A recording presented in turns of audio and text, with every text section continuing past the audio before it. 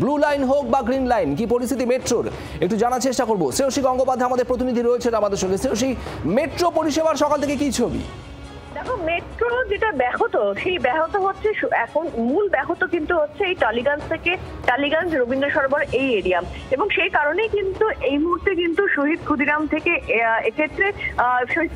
এক্ষেত্রে ময়দান পর্যন্ত কিন্তু কোনো ট্রেন চলছে না। তার কারণ এখানে ট্রেন লাইনের মধ্যে জল ঢুকে গেছে, এবং সেক্ষেত্রে যেহেতু মেট্রো ট্রেন লাইনের পাশেই যে থার্ড রেল আছে, সেই থার্ড রেল থেকেই কিন্তু ইলেকট্রিসিটি নিয়ে মেট্রো রান করে।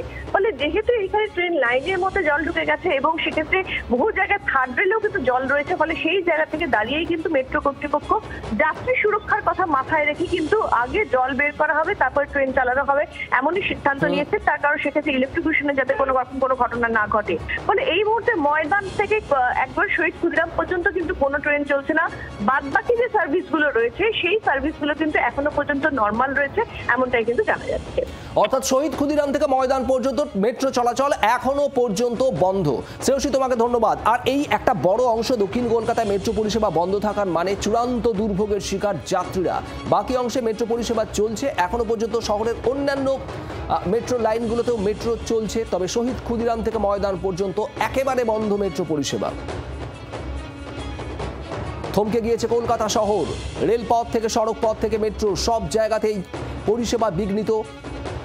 একের পর এক রাস্তা কার্যত স্তব্ধ, সেখানে যান চলাচল করছে না। ঘন্টার পর ঘন্টা দাঁড়িয়ে রয়েছে একের পর এক গাড়ি, বাস। সাধারণ মানুষ নাজেহাল হয়ে মরিয়া হয়ে বাস থেকে নেমে, গাড়ি থেকে নেমে পায়ে হেঁটে এগিয়ে যাওয়ার চেষ্টা করছেন। গন্তব্যে পৌঁছানোর মরিয়া চেষ্টা। জলমগ্ন গোটা শহর, নজিরবিহীন বৃষ্টিতে ভাসছে গোটা কলকাতা। পুজোর আগে এই বৃষ্টি, আকাশে এখনো কালো মেঘের ঘনঘটা, আর সেই সঙ্গে সঙ্গেই উৎসব মুখর বাঙালির কপালেও দুশ্চিন্তার কালো মেঘ। বাংলার আওয়াজ, বাঙালির আবেগ, জি 24 ঘন্টা।